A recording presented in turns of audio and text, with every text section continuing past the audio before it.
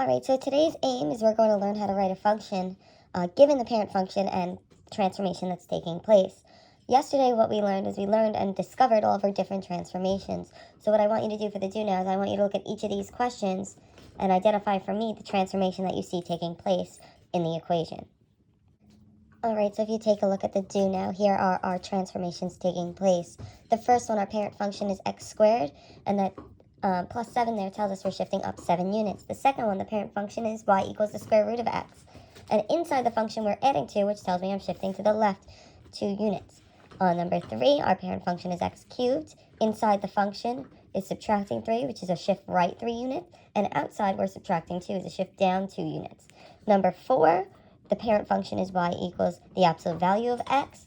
We have a negative, which tells us we're reflecting over the x-axis. Then we have a 2 that's being multiplied by, which tells us we have a vertical stretch by 2. Plus 1 on the outside of the function tells us that we're shifting up 1 unit. The fifth one, the parent function, is y equals absolute value of x as well. First, we're multiplying by 1/2, which is a vertical compression of 1/2. We're adding 9 inside the function, which tells us we're shifting to the left 9 units. And we're subtracting 2 outside the functions, which tells us that we are shifting down 2 units. So today we're going to be working backwards from the way that we did yesterday. So if I give you the parent function, are you able to give me the transformation?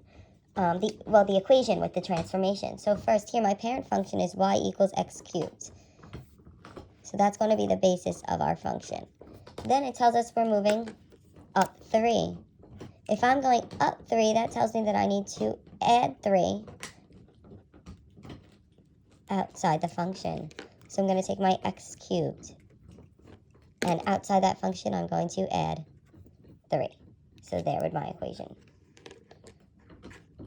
Then number 2, we have our parent function is y equals x squared. So first it's telling me that we're going to the right 4.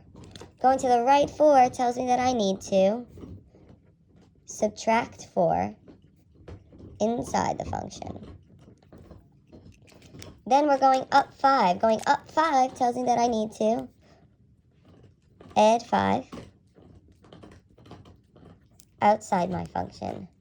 So then I'm going to do that to the equation. So y equals x. I need to subtract 4 inside before the operation takes place. So minus 4. Then I'm going to square it. And then I need to add 5 outside, so I'm going to add 5 on the outside. Let's do one more together, and then I'll have you try the rest on your own. So number 3, my parent function is y equals the square root of x. First, it tells me I'm going down 5. If I'm going down 5, that tells me that I need to subtract 5 on the outside of my equation. Then it says I'm going to the left 1. If I'm going to the left 1, that tells me that I need to add 1 inside my equation. And if I'm reflecting over the x-axis, that tells me that I need to negate my equation. So what I'm going to do there is I have y equals. Now, first thing we need to negate it, so I'm going to put a negative on the outside. Then we have the square root of x. And inside the function, so inside that square root, I need to add 1. And then on the outside of the equation, I'm going to subtract that 5. So I want you guys to try 4, 5, 6, and 7. Pause this video and then come back for the answers when you have finished. Alright, so question number 4, your parent function was y equals the absolute value of x. It is being stretched by 4, which tells you need to multiply the whole equation by 4. Then you're moving up 5, which adds 5 on the outside, and right 8, which subtracts 8 on the inside. And there would be your equation.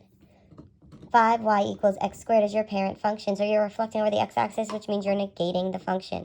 Down 2 tells us we're subtracting 2 on the outside, and left 2 tells me we're going to add 2 on the inside, and there is your function. Number 6, the parent function is y equals the absolute value of x. Compressed by 5 tells us we're multiplying by 0.5.